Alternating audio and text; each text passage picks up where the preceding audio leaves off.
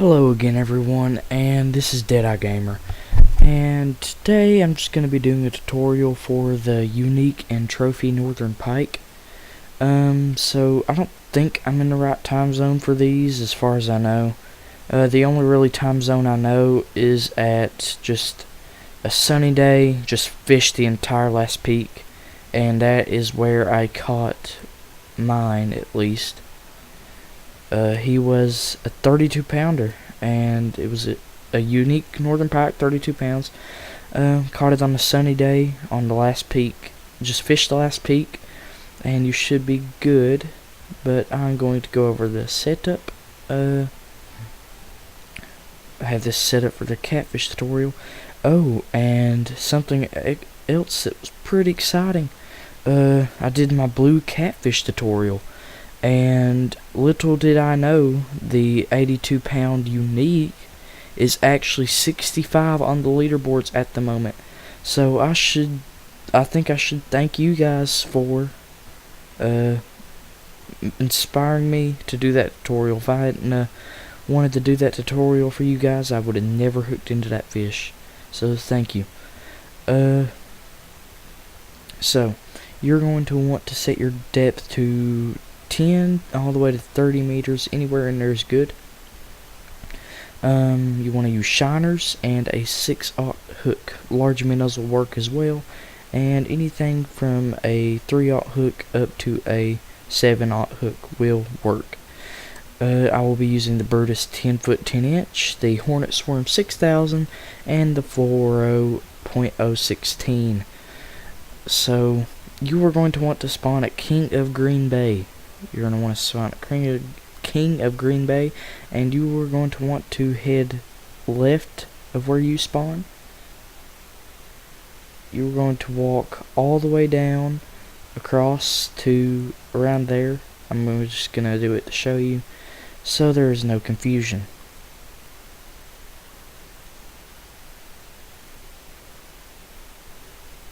Now with this you will have a chance of catching muskie, but that is a little on the lower side.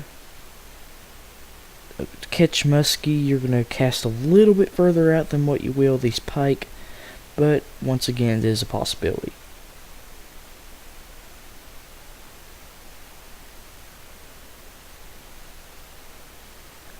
Oh, and in case I didn't say it the last time, for my last tutorial, I caught that blue catfish. The peg you want to go to is the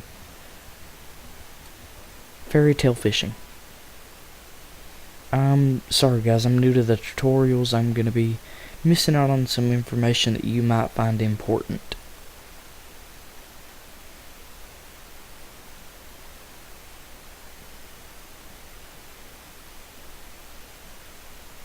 Okay, so when you get up here, to know you are in the right spot, there will be a long patch of reeds. Well, this entire peg is pretty much surrounded by reeds, but you will get up to this right here.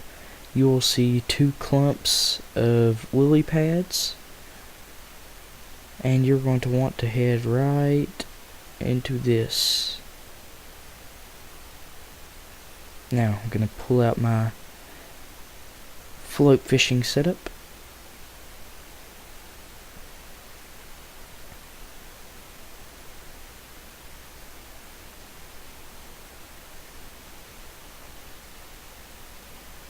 And you're going to want to cast about 50 to 60 feet out. I wouldn't recommend going up to more than that because I did really never have luck going that far. So at 56, we're going to let it sit, and I will be right back with you when I get a bite. Alright guys, we're back and we have a fish on. Ooh, he tried to lose us there. Let's go ahead and get him up. I don't think he'll be anything too monstrous. No, he's just a baby for this particular spot. Or this particular lake in general. So I'm going to cast back out again. And I just want to discuss something really fast. they have a new system for anyone who is confused with how some fish are, or how some bait reacts. For example, I'm using shiners. Large minnows will do this as well. They will swim around. It's the predatory fish update, or with the bobber, and they swim around, and it just changed the whole dynamic of how the float fishing used to work. But when you see your bobber moving around really fast, and it'll stop. It'll just stop, and if you count to 3, you'll get a bite. When it stops, it'll start moving around really fast. Like, for example, right now it's moving. That's just the little shiner swimming around.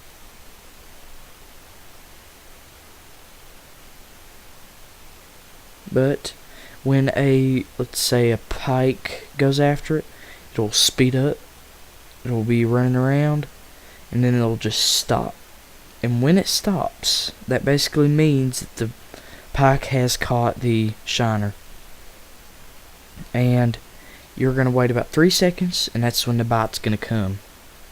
Now, it is harder to use this method with right here. It's moving really fast. I anticipate we're going to get a bite.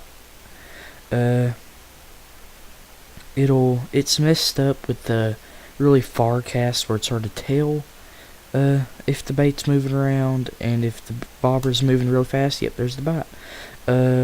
Or at this particular spot where there's all the reeds. It's just harder to tell. I wish they didn't move it or mess with that, but at the same time, it does make it really realistic. So you can't complain too awful much. Okay, we got a bigger one, 8 pounds, ain't bad.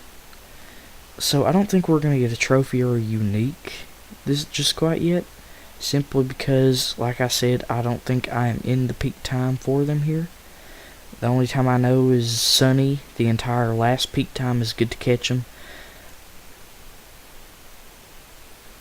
But that's the only thing I really wanted to complain about. Which it can't be complained about much, because like I said, it is more realistic. So I'm just going to shut up, and I will bring you back when we hook into another fish or a bigger fish. Just depends on how the fishing goes. Alright guys, we're back, and I think I've hooked into a bigger fish.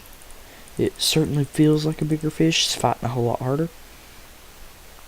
So we are going to reel this in, see what we got. Hopefully it is a trophy, and hopefully it's just not a muskie trying to play with my emotions.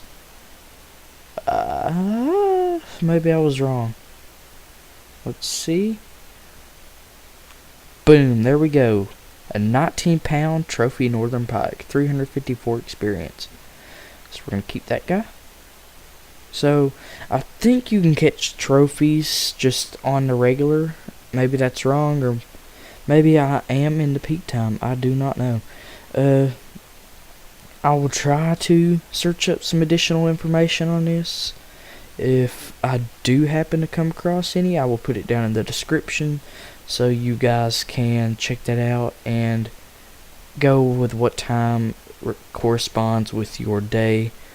So I think this will be about it. This has been Deadeye Gamer.